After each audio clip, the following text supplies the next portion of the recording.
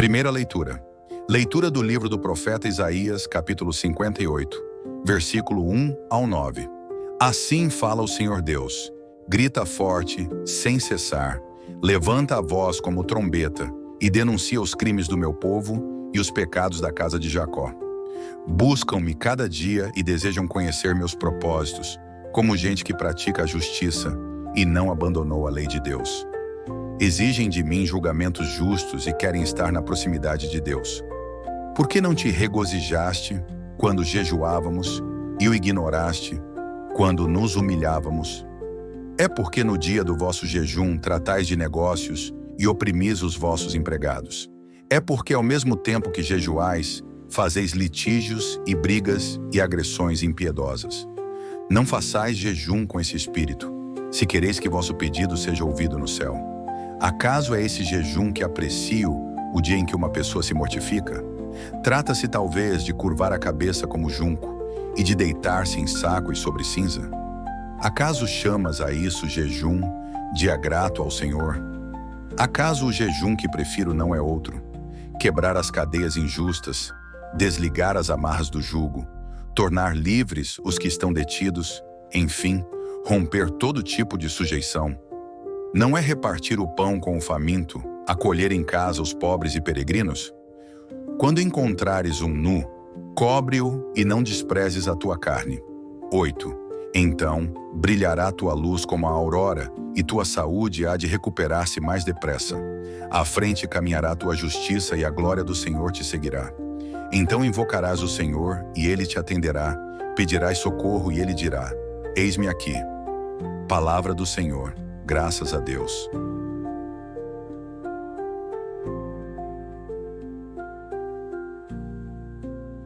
Na leitura de Isaías, Deus nos chama a refletir sobre a verdadeira essência do jejum.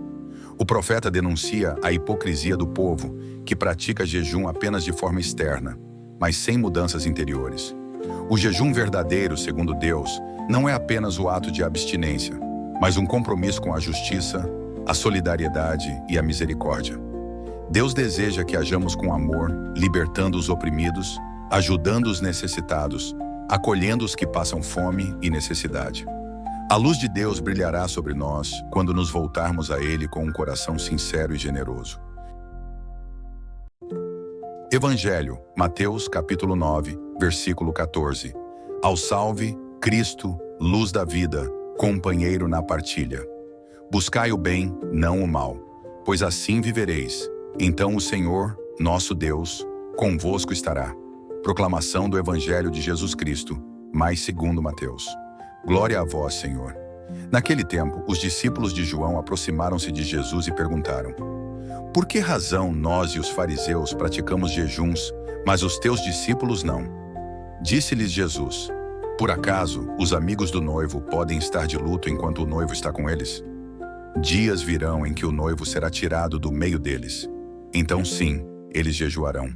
Palavra da salvação. Glória a vós, Senhor.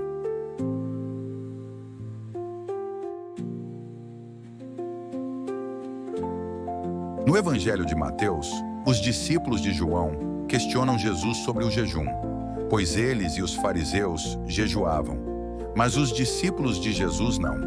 Jesus responde dizendo que enquanto o noivo, ele mesmo, está presente, não há motivo para jejuar, pois é tempo de alegria.